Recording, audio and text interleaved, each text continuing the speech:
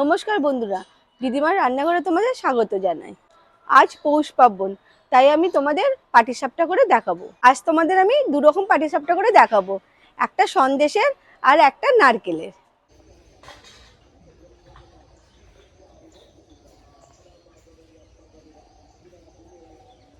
চলো তোমাদের আমি এবার উপকরণগুলি তাড়াতাড়ি দেখিয়ে দিই।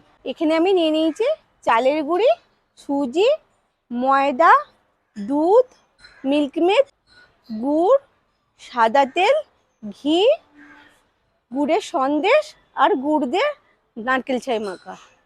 পাটিসাপটার ব্যাটার তৈরি করতে কতটা কি পরিমাণ লাগবে আমি সেটা দেখিয়ে দিই। 1 বাটি ময়দা, 1 বাটি সুজি আর হাফ বাটি চালের গুঁড়ি আর পরিমাণ মতো দুধ।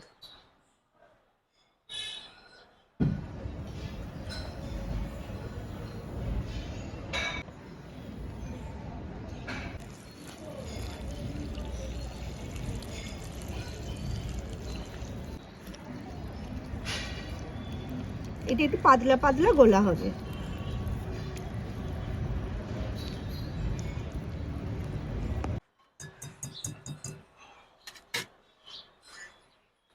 ব্যাটারটা ঠিক এইরকম ভাবে গুলতে হবে, বেশি পাতলা করলেও হবে না আর বেশি টাইট টাইট গুললেও হবে না।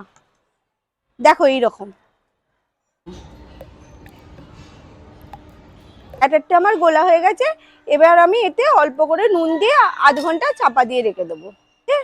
এই অল্প করে আমি নুনটা দিচ্ছি, বেশি নুন দিলে হবে না।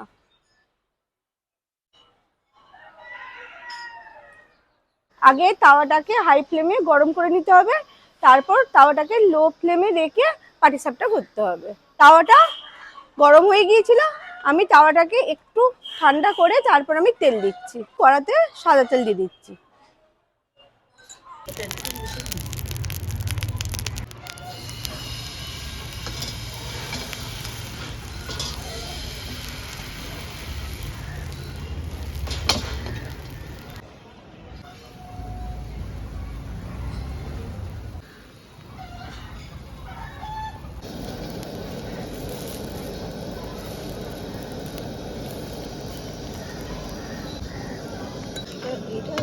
ঝাল তো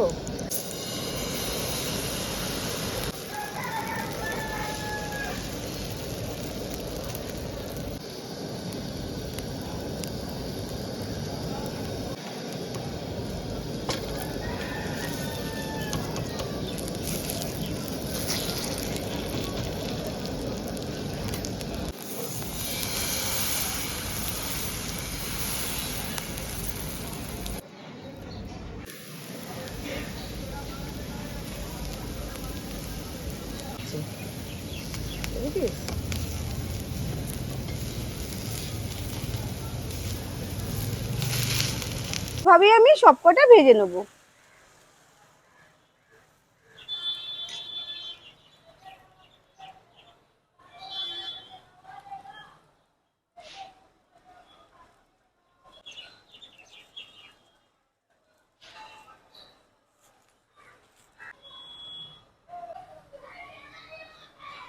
ঘি দিয়ে এগুলো হালকা হালকা করে ভেজে নেবো একটু।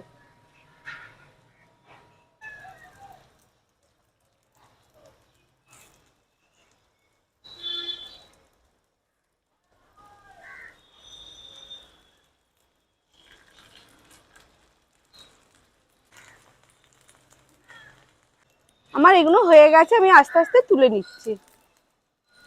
এগুলো সন্দেশে।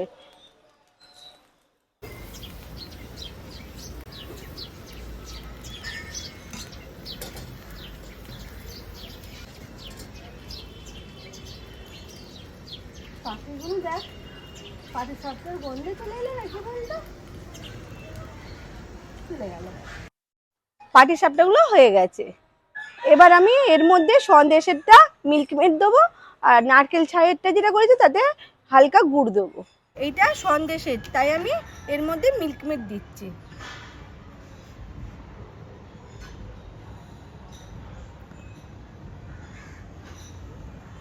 এটা নারকেলের, তাই আমি এতে হালকা গুড় দিচ্ছি খেজুরের।